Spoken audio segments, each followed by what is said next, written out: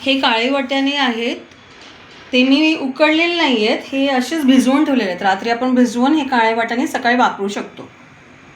याला मोड पण आलेले आहेत, तर असं पण वापरू शकतो. आणि बटाटे आहेत त्याचे मी मोठे मोठे भाग करून घेतले.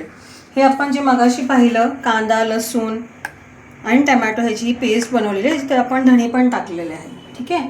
आता आपल्याला ही फोडणी द्यायची आहे. फोडणीमध्ये मी मिरी घेतलेली आहे, राई घेतलेला आहे, कढीपत्ता आपण आधीच टाकलेला आहे, तेजपत्ता घेतले, 2 लाल मोठ्या मिरच्या तुमच्या आवडीप्रमाणे, हळद घेतली, जिरे घेतलेले आहे आणि लाल तिखट, आपल्या घरातलं तुम्ही लाल तिखट वापरू शकता, आणि चवीपुरतं मीठ.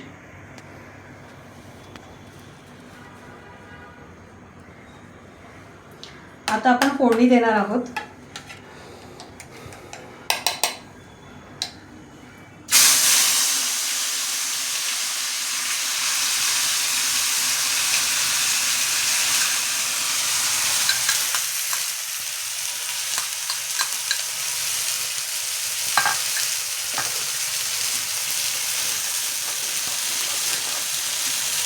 काही लोक मसाला टाकायच्या आधी तेलात पण लाल तिखट मसाला घरातला आपण टाकू शकतो. आपल्या बनवण्याच्या पद्धती आहेत. आता ह्या वेळेला काय झालं, तेल ऑलरेडी तापलेलं होतं, त्याच्यामुळे मी आधी आपला वाटलेला मसालाच टाकून घेतला. आता तुम्ही याच्यामध्ये तिखट जेवढं तुम्हाला आवडतं त्याप्रमाणे, जास्त तिखट आवडतं असं तुम्ही जास्त टाकू शकता. हळद टाकायची,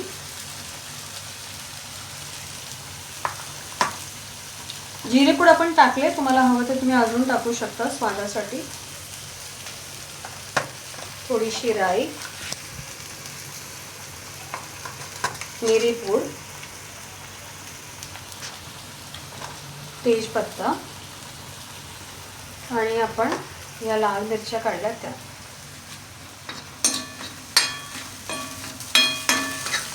मसाला आपण ऑलरेडी भाजून घेतलाय, कांदा टमॅटो आपण चांगले फ्राय करून घ्यायचं आहे थोडं.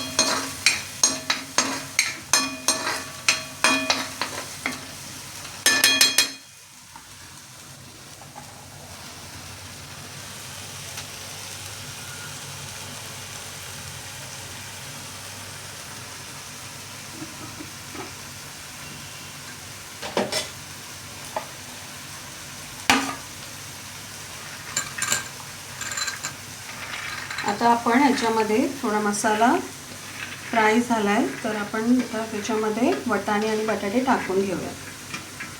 ठीक आहे. आपण पाहू शकतो मसाला चांगला आपला फ्राय झालेला आहे, छान सुगंधही दरवळत आहे.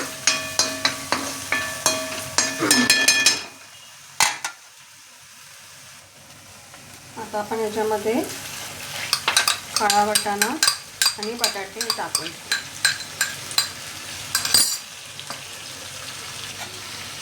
त्याला छान मिक्स करून घ्यायचं आहे. तुम्ही याची अशी घट्ट मसाल्याची पण भाजी बनवू शकता. शिवाय जर तुम्हाला असं रस्सा आमटी खायचं असेल छानपैकी असं थोडं सांबारसारखं, तर आपण थोडं ह्याच्यामध्ये पाणी टाकून घेऊया.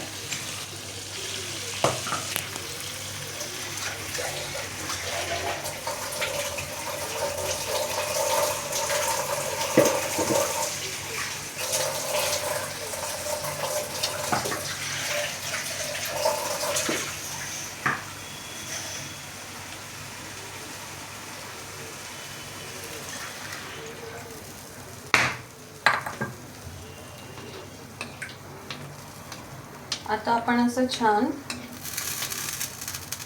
त्याला आता शिजायला घेऊया.